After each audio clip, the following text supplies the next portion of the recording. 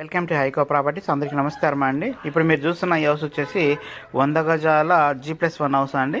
మనకు ఇది రాంపల్లి హైదరాబాద్లో లొకేట్ అయ్యింది. మనకు ఇంటి ముందు ఉన్న రోడ్ వచ్చేసి 2 రోడ్స్ ఉంటాయండి.